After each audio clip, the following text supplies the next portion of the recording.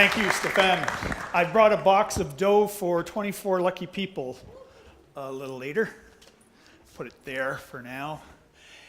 And we couldn't go out to see the sunshine, so I thought I would shift the sunshine into us so that we could experience a bit of sunshine. Isn't it great that we have this beautiful star feeding our planet and our bodies and nourishing all that's on our planet? You just take a moment and take a look at this picture.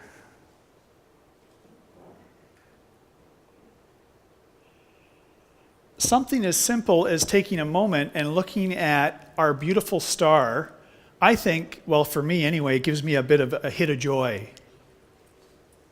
And it makes me stop and think, we're really our own joy creators. We create our own joy. We don't have to go out and buy something or do something. We just have to go outside and take a look at what's around us. And there is beauty there. When I was a boy growing up in Timmins, often we would go out into the bush, go get a Christmas tree, go for a hike, go camping. I often thought of myself as separate from nature. You know, we're human. The critters are out there. It might be a friendly dog or a cat, but we're separate from nature. And as I age, I start to appreciate, well, hang on a second. I am nature. I am nature. So when I stop and look at a picture like that and say, that is beautiful. Our star is beautiful. Water is beautiful. Cloud formations are beautiful. Just by logical extraction, if I'm nature and that's nature, I'm beautiful. And so are you. Right? Doesn't that make sense? We're nature. It's beautiful. We should be beautiful. Now, some might argue that there are some things in nature that aren't so beautiful, and they might be right. But I take the position that we're beautiful. And so if we're our own joy creators and we're beautiful, I want to ask you this question. How many of you were told you were beautiful in the last 24 hours? Raise your hand. 1, 2, 3, 4, 5, 6. It's about 6 people out of 100 and what are we, 100 people, 110 people or so? So 6 people. In the last 48 hours, how many were told they were beautiful? Raise your hand. So a few more, but not many more. I'm going to ask you to go back to a time in your life that you likely don't have a memory of, but I'm going to ask you in your mind's eye to imagine the day you were born. Who can remember the day they were born? I can't remember the day I was born, but I can stop and think for a moment to say, what was that day like? Especially if you were born to loving parents. Let's assume you were born to loving parents. What happened on that day? How many times would the word beautiful had been used towards you that day by your parents? Because there's this tremendous field of love that's generated between parent and child, where the parents immediately view the child as beautiful and start to treat that child as beautiful and send loving energy to the child. The child has no verbal capacity to respond, to say, I love you back, Mom and Dad, and yet we feel the love of a child. How many of you saw those 2 beautiful, or the set of twins, 2 girls that were here? Aren't you drawn to that baby energy? There's something seductive about baby energy that I'm drawn to. It's like puppy energy. It's an innocence. It's a pure, loving innocence that radiates almost 360 degrees from their bodies, right? And so, likely in the first few weeks, the word beautiful, oh, look at the beautiful little toes on the baby. Look at her beautiful eyebrows. If she had hair, when she gets hair, she'll be beautiful. But she's beautiful now, right? That beautiful baby, you probably were taken home, again, assuming you had loving parents, and you were probably brought home to a room, a special room. It might have been brilliantly painted. There might have been a mobile placed above your crib. Your parents would have wanted to stimulate you in different ways. They might have played some music for you. There would have been some really nice smells when you first got there, and then the smells would have been different a little later on. Right? But they'd be okay. They would clear the air and the smells would be good a little later on. And then as you got older, Your parents might have set up a little PlayStation for you. You might have had some musical instruments. You might have had some paints. You might have had some crayons to draw with or markers.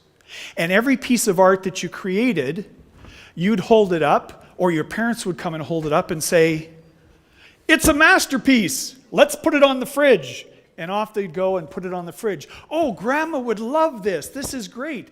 Grandma gets that piece. Some might go off and end up in the workplace where your mom and dad might work.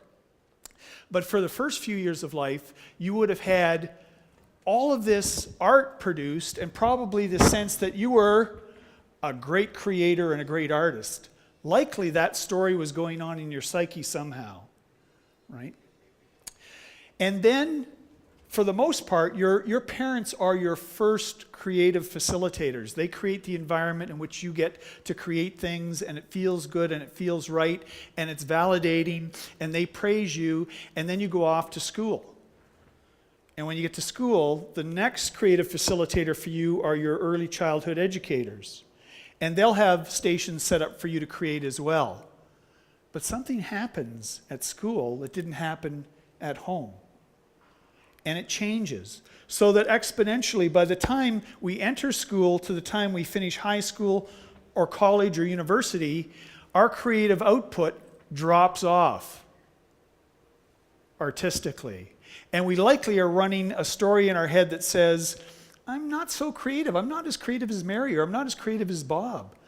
And we start to run this story that says by the time we're out of high school or university or college, and I ask the question at my workshops, how many of you here are creative? Not a lot of hands go up. If I ask how many here are artists, very few hands go up.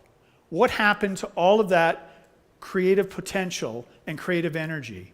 Where did it go, and how did it leave us? I'm here to talk to you about releasing, expressing, and liberating our creative self. And I want to start with my own story. In 2001, I was working in southern France in a little city, a beautiful little city called Pau, and I was doing some team development work, and I went out to dinner, and that night, the person I was working with asked me a really direct question. She said, "Paddy, if you weren't doing this type of team facilitation, what would you do?" And I never stopped to think about it. I just said, "I'd be a painter." And it kind of took me by surprise that it just came out. And then she asked me a second important question, and that was, what does a day in the life of a painter look like? And I described that to her from the time I got up in the morning to the time I went to bed. Came back to Sudbury, cleared off an old drawing table I hadn't used for 20 years. I used to draw as a boy, but I hadn't used it in 20 years. I bought it in university with the intention of drawing, never got to it, just stacked books and things on it. Cleared it off, went got some art supplies, an easel, a canvas, and some paints. And within a few weeks, I had created my first painting. And it wasn't abstract at first. But within a year or so, I was creating a lot of abstract work. And within a couple of years, I had a website up, and I was showing my work and selling my work, and it's brought me a great deal of joy. And I think the fact that we've created a community where our creative spirit gets pushed into a box, I'm a good example of how that spirit can come out of the box if the right questions are asked. But why was it ever pushed into the box to begin with? Why is it that children start school and start to be less creative? We've got this tremendous dichotomy going on. We're saying we need more innovation in our economy. We need more creative workers. Yet we've got a system that's absolutely designed to dampen or squash or push back our creative spirits. This could change. We can change it just by being aware that this is happening.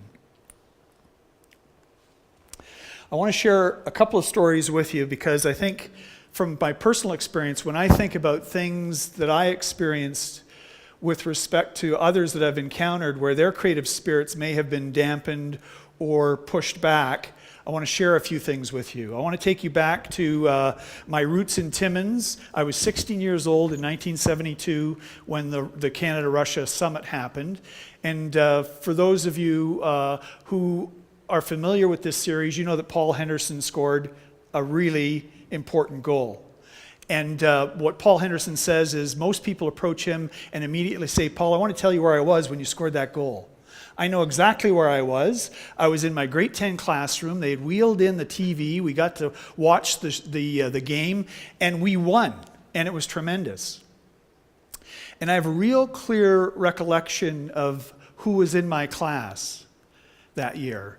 Now, 1972, shoulder-length hair. I had shoulder-length hair. And there was a fella in my class, Jerry. He had dark shoulder-length hair, really straight. And when he walked, it would kind of swish back and forth. And we wore platform shoes, and we had bell-bottom, well, we weren't allowed to wear jeans, but we had bell-bottom cords. And we had puffy shirts. That was, they were in, the puffy shirts were in. And girls wore mini skirts, but not to our school. You had to wear knee-length skirts at our school. I was in a school that had no fine arts program, no band, no music program, no trades, no football team. 250 people in our school, but we had a good education. And I remember Jerry. He was in our class, and Jerry would come in with his poetry every day. So 16-year-old boy bringing poetry into a grade 10 classroom, showing other guys in the class his poetry.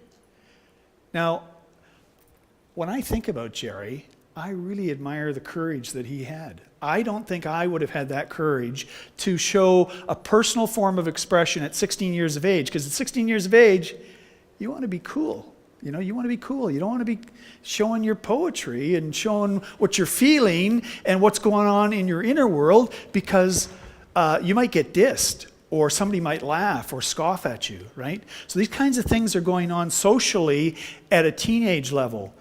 Unless you're really talented and get into a stream of artistic expression and music, you're likely going to avoid sharing some of your creative talents. But Jerry, I admire. I want to share another story because I think the way our creative spirit gets pushed into a box happens at an even earlier age than adolescence. I met this artist in 1987. In 1991, he created this piece of art. And from now that I paint abstract art, this is hanging in my house, I have a deeper appreciation for what's really going on in this piece.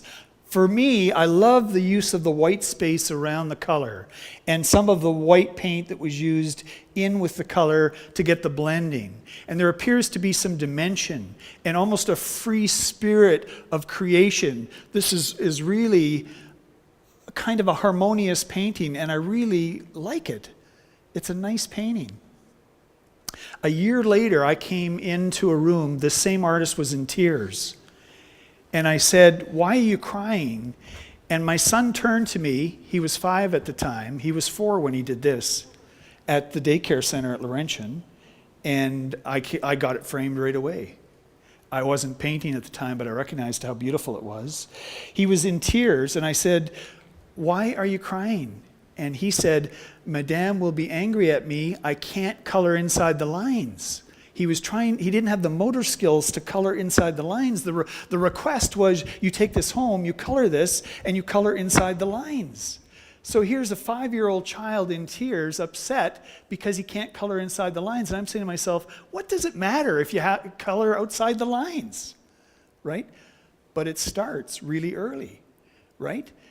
You got to do things this way, and you're going to be judged on it. And when you're judged, all of us, I think, have the similar response. We make sure that we're either trying to please or will be loved by people. We start to shift our thinking.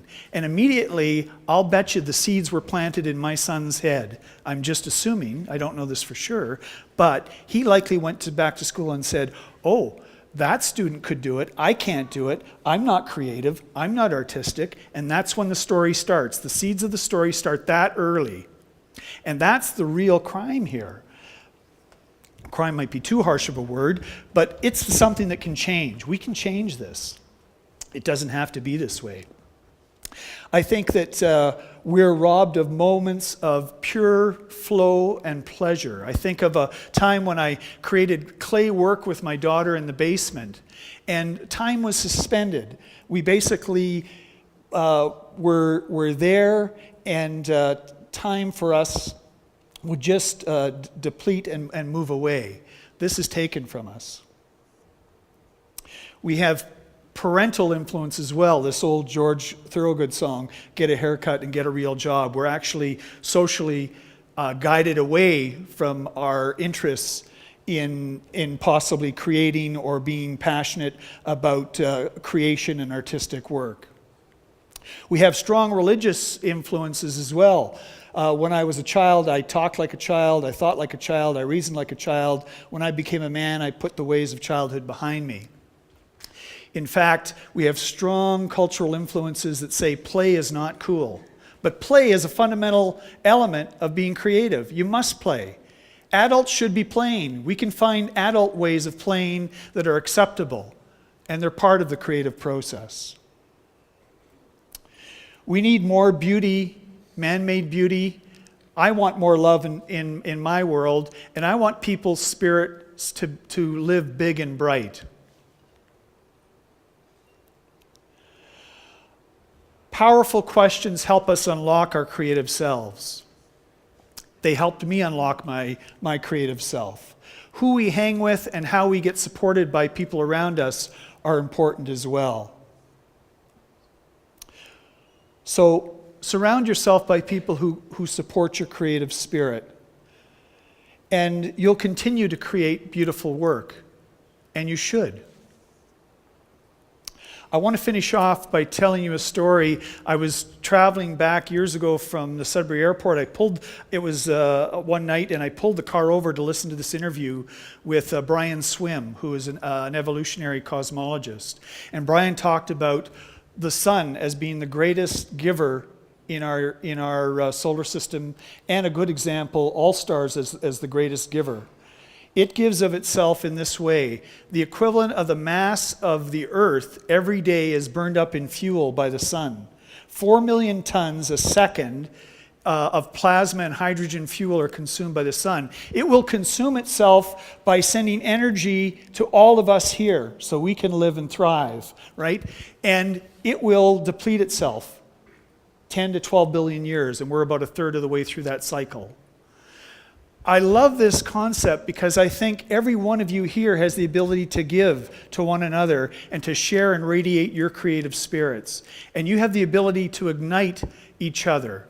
And maybe your creative spirit has been dampened, but it can be rekindled, and it can be rekindled today. So I want you to think about this little statement. Carpe Letitia. Seize the joy. You are your own joy creator. Get creating. It's brought me a tremendous amount of joy, and I hope by you revisiting your creative talents and skills that it'll bring joy to you as well. Thank you.